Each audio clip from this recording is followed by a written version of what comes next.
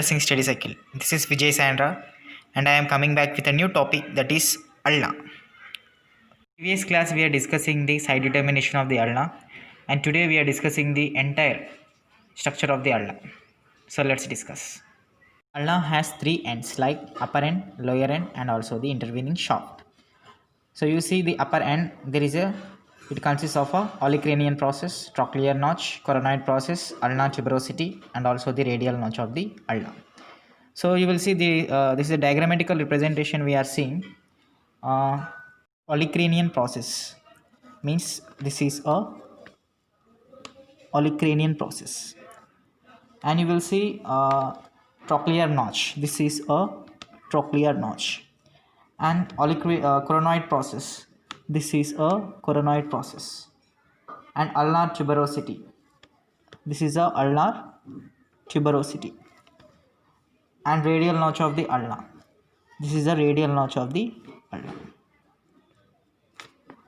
Okay, there is a presence of olecranian process, trochlear notch, coronoid process, ulnar tuberosity, and also the radial notch of the ulna. These five, which is present, this five present at the upper end of the ulna. So, upper end of the ulna. You will see this is a head and neck and styloid process. So, this is a styloid process, and this is a head which is present at the posterior side, okay, posterior aspect. Okay, this is a styloid process, and also this is a head. Shaft, it has three borders, three surfaces like anterior border, posterior border, lateral border. You will see this is a anterior border, and you will see this is a posterior aspect. It has posterior border, and also lateral border which is present in the lateral side. Okay, so this is a anterior border, and this is a posterior border which is present at the posterior side of the ulna, and also this is a lateral border which is present at the lateral side of the ulna. Surfaces of the shaft, it has three surfaces like anterior surface. This is a anterior surface, and this is a posterior surface, and also this is a medial surface. Okay, it has three surfaces like anterior, posterior, and also the medial surface.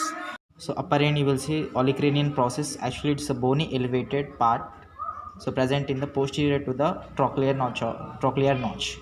So this is a bony elevated part which is present above the trochlear notch, means the trochlear notch which is present at the below of the olecranian process, means there is a bony elevated part present the posterior to the trochlear notch.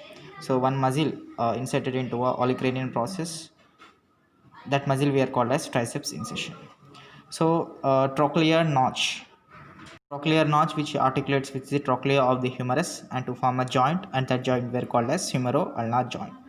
And coronoid process is a bony elevated part, okay, which is form a anterior margin of the trochlear notch, and there is an insertion of the brachialis muscle. This is a brachialis muscle, insertion of the brachialis muscle.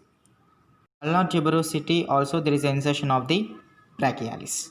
And radial notch of the ulna, you will see which articulates with the head of the radius, and to form a joint, and that joint we are called as a superior radio-ulnar joint.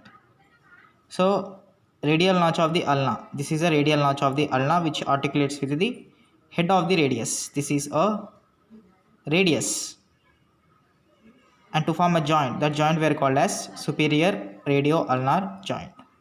Lower end of the head which is articulates with the ulnar notch of the radius to form a joint, that joint we are called as inferior radio-ulnar joint. You see this is a head, so in this head which is articulates with the ulnar notch of the radius, so this is ulnar notch of the radius, and to form a joint, okay, that joint we are called as inferior radio-ulnar joint.